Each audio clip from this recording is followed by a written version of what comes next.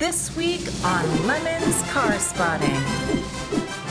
Hey everybody, it's Nick and Eric, and it's time for Lemon's Car Spotting. Let's get into it. Yeah. All right. So, man, this is a callback to a previous episode from where 714 Car Spotting had found a Mitsubishi Precise, whatever, Precise, a Hyundai Excel rebadged as a Mitsubishi. Oh my God. Or maybe it was the other way around. I don't know. Either way, an unsurprising twist. We would believe what happened next. The Precise is now the Precise count is now one fewer, so it's probably down to about 3 left in the entire world.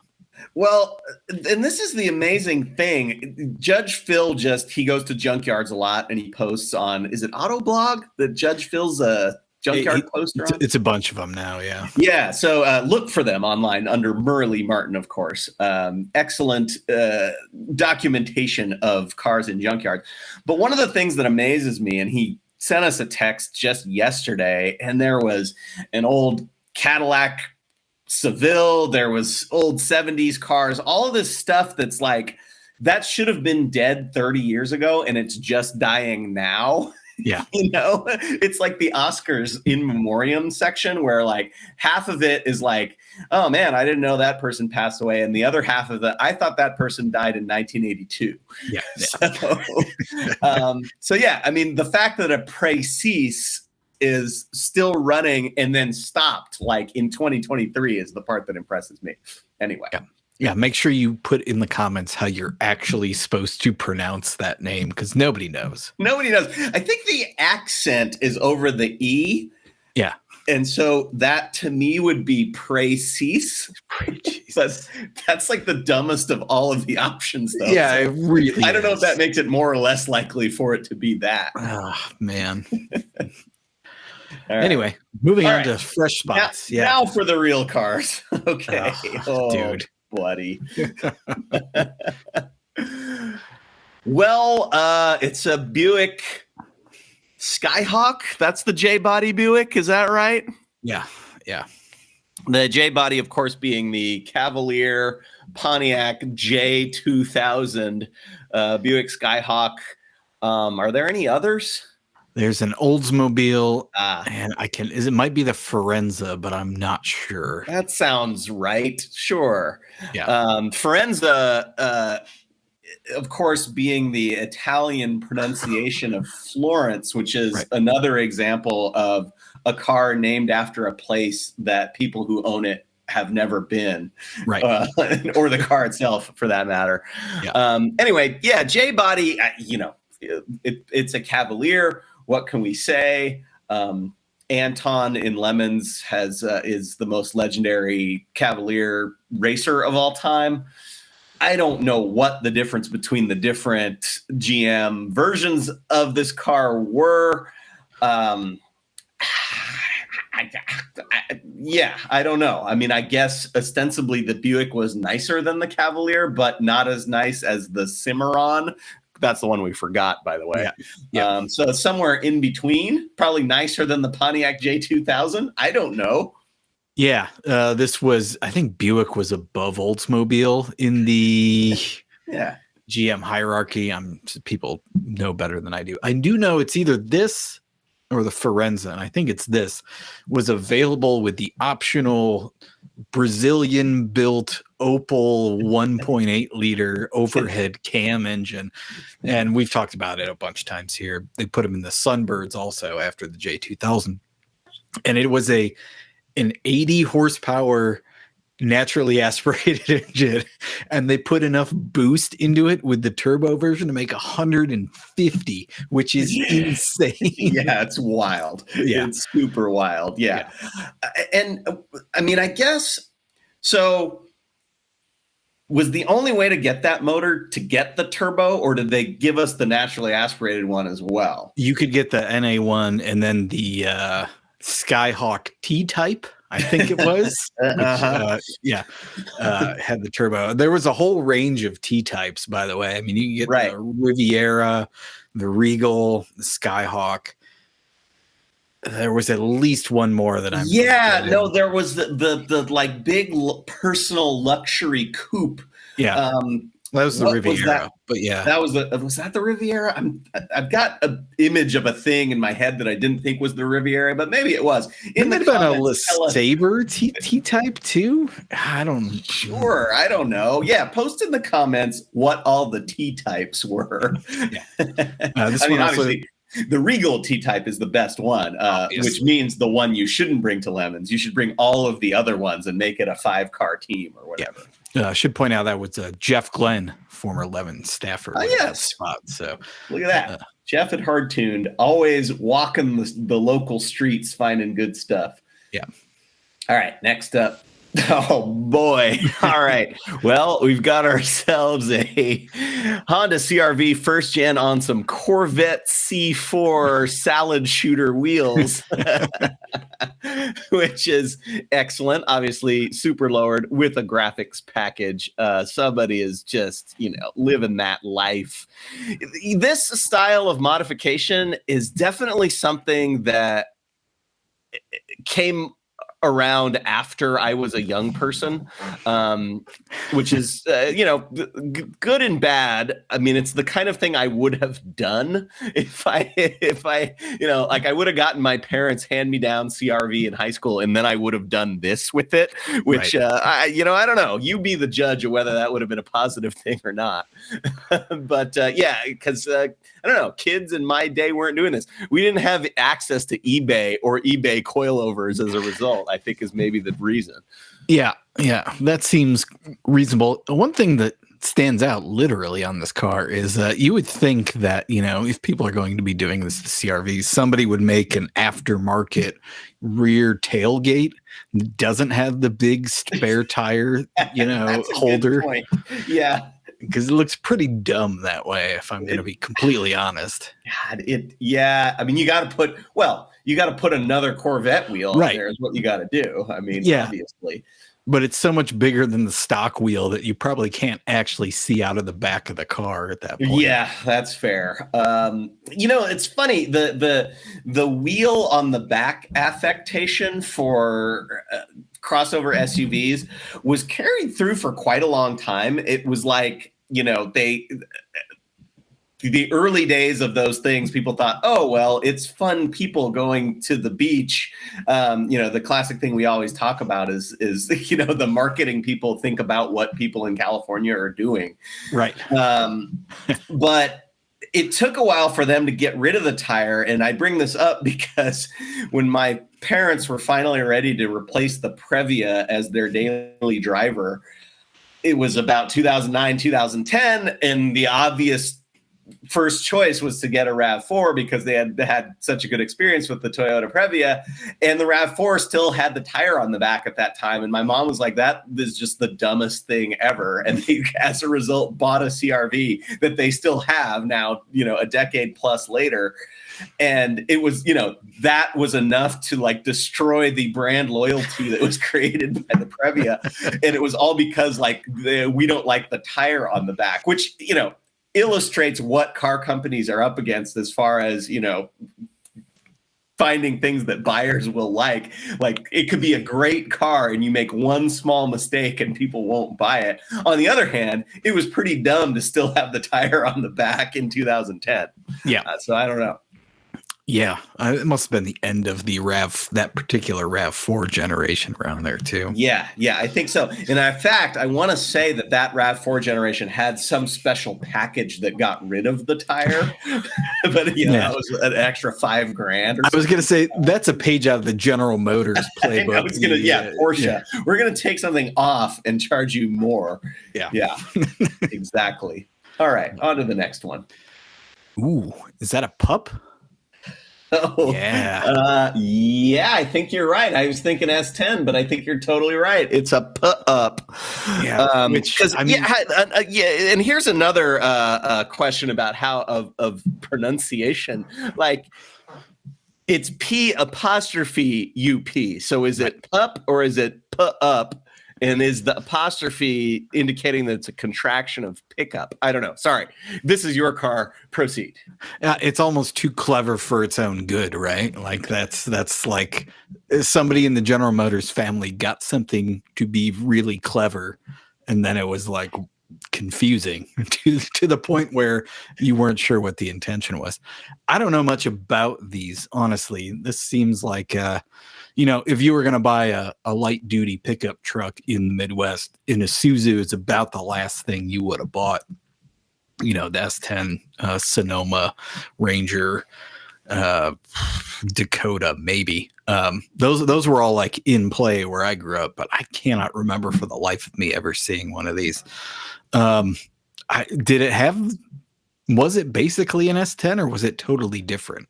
Well, I'm cheating and reading the comments, or the caption rather, and it says it's a Z24 1.9 impulse power, which suggests it's the motor that was in the Isuzu Impulse, which suggests that it's not an S10 at all. Yeah. Although wasn't the Z24, that's like a Nissan designation, although knowing Isuzu, they just used the same thing. Yeah. Or Cavalier. I don't know. Yeah. Well, if it's the 1.9, I mean, that's the Opel motor that goes back to like 1970, isn't it? I mean, who knows? Well, and then the thing that popped into my mind was, of course, the Chevy Love was an Isuzu Faster. Is that right. Yep. It was called many things, the Isuzu that the Chevy Love was based on. So you would think that this, I mean, it sure just proportionally looks like an S10. Yeah. God, yet again, another thing you guys need to help us out with in the comments. What is the deal with the put up, and does it have a relationship to the S10 or not? Yeah. All that said, sweet chin spoiler on this thing, sweet red alloys on it. Almost, I mean, those are weird. And then confusingly, there's something stenciled on the side and it's got like high vis markers on it. Yeah. So I do not understand this truck's purpose in life, or it was converted from a mini truck into like a working truck or something. Yeah, something. Those wheels look familiar. What are those off of? I mean, maybe they're just aftermarket, but I feel like I've seen them before. Anywho. Yeah. All right. Moving on to the next one. Ah, yes. Yeah. It took me a long time. Yeah. Well, we've talked about the Paseo before as being a pretty decent Lemons car. Mechanically, it's a Tercel, which is a pretty decent Lemons car. So that's why. They are not fast, but they seem to hold together. Is it the convertible, or is there just, it's the convertible. And obviously somebody's put a tarp on it to prevent the interior from turning into a terrarium. But I mean, this, and we've talked about this as well, this is a market segment that doesn't exist anymore. This is the cool, sporty coupe for young people. Now young people, like everybody else, want an SUV, hence the Honda HR-V. And what they're advertising right now on college basketball games, which is the Dodge Hornet, which is like the entry-level crossover SUV for cool young people. Yeah. And I was watching a basketball game with my dad. Dodge Hornet ad comes on. My dad says, "Who's going to buy that?" I said, well, there's this whole thing about 0% financing to people that have horrible credit scores as a marketing ploy, which I think would be the strategy for that car. But in any case, 25 years ago, they would have been maybe marketing something that's more like this Paseo. Yeah. What are you cross shopping with the Dodge Hornet? That's the Nissan Rogue, Mitsubishi Outlander. Yeah. Well, it's little, right? I mean, the Nissan Rogue is probably the right segment. I think the Outlander is like the next step up in size. Honda HR-V, but that's a real car and probably costs a lot more as a result. Well, I mean, before we go too far down that rabbit hole, this Paseo, I feel like I looked at this up once because I saw one of these somewhere, and like over a normal Paseo coupe. The Paseo coupe was like, I don't know, $8,000. These were like 13 or something crazy. So it was like, there's a reason nobody bought these things, but just a strange car in the modern car landscape, I guess. Well, and I wonder to what extent, like obviously now with the benefit of hindsight, that the Mazda Miata, the NA Miata was like the standard bearer. Yeah. Beyond that, it's like, it's a legendary car now and everything else is just, weird footnotes. But I think at the time they were sort of competing with each other. The Capri, the Paseo convertible, Mazda Miata, and maybe a couple of others. Were people back then fooled into thinking that the Paseo was, worth considering over a Miata? I don't know. I don't know, man. We talked about doubt that. it. We talked about Mercury or the Ford Maverick marketing towards college girls in 1973. This is the Toyota version of that. Yeah, maybe that's the case. Yeah. All right. Last car of the week. Oh, dude. We got ourselves. Oh, man. We got ourselves a paddy wagon.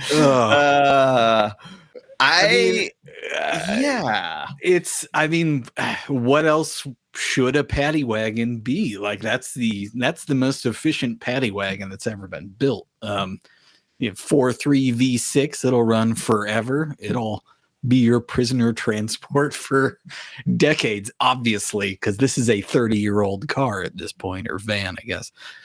Well, I say that. How late did they make the Astro van? It was like 2000, wasn't it? Yeah, at least they definitely made them further than you'd think, for sure. Yeah, it's the classic General Motors, and as I look at the grill, I can tell this is a relatively updated, in quotation marks, version of it. But if it looks like it's 1982, there's a reasonable chance it's 2007. So, right. Absolutely. Yeah. Well, and this is a couple of notes. There's this is the city of Lancaster, Ohio, which sounds about right. Yep. It's one of those pictures. Oh, maybe this guy took the picture in the 90s and then just decided to post it now. But no, there's a modern Ford Transit next to it. So this is like, oh yeah, why throw out the paddy wagon? That paddy wagon's got history. Like the time it picked up the, who turned out to be the Lancaster Mangler, and we didn't even know it. And the next thing we know, we had solved the crime of the century, and we wouldn't have if it weren't for the Astro paddy wagon. Yeah. There's a good chance that this one has been supplanted in prisoner transport by the transit van. And this one just is like, picking up the office party catering or whatever. Yeah. I do love the hubcap game on it. Pretty great. Yeah. It's the corporate look is always good on one of these. All right, let's see. I got the hooptiest for this week. As you mentioned, Cougars don't do good in lemons. But I think I'm going all the way back to the beginning, not the Précis, because that's just a callback to a previous episode. But I'm going to former Lemon staffer Jeff Glenn's Buick. God, I've already forgotten what it is. A Skyhawk. Yep. And we touched on it. It's just the J-Body's proliferation of different models that were different for no reason. Arguably, you could make the case for having two, the Cavalier and the Cimarron. Yeah. But everything else in between, it's like, why? Yeah. So, and this one is, it doesn't really look like it's running, but it still exists. And it's just, it was hoopty when it was new, and it continues to be hoopty now. Yeah. For the Lemons build, man, we'd have a couple of first-time vehicles here. We haven't had a pup. A Paseo convertible would really go well in Lemons. Yeah. That's pretty much a slam dunk. But, we may as well not go anywhere. We may as well have a daily double, because just look at this thing. Oh, it's so good. Put a roll cage in it. make whatever crappy engine is in it work, whether it's the push rod 2-liter, whether it's the 1.8 Opal motor, or, you know, fingers crossed, maybe it's the turbo one, which is why it hasn't moved in a long time. But it says it right on the license plate. You know, you could do a swap for it, like a Toyota 2ZZ. Hey, look at that. It's your destiny. I mean, it's right there. It's calling to us. And, you know, you even got the sweet sealed beam headlights for styling, I guess, is what that is. Just notice this car doesn't actually have a grill, which is also fascinating. Yeah. How does that work? Well, you know, it's not like a turbo generates a whole bunch of heat or anything like that. Sure. Yeah, it's great. This has the right amount of patina. Nobody in the world wants this car. It's perfect for lemons. There you go. Well, keep finding these excellent vehicles parked on the street, and we'll talk about them right here. Until next week. Oh, yeah. And then you can get in touch with Anton for the speed secrets of the J-body. Yeah, you might need the Buick Terraza swap in this one.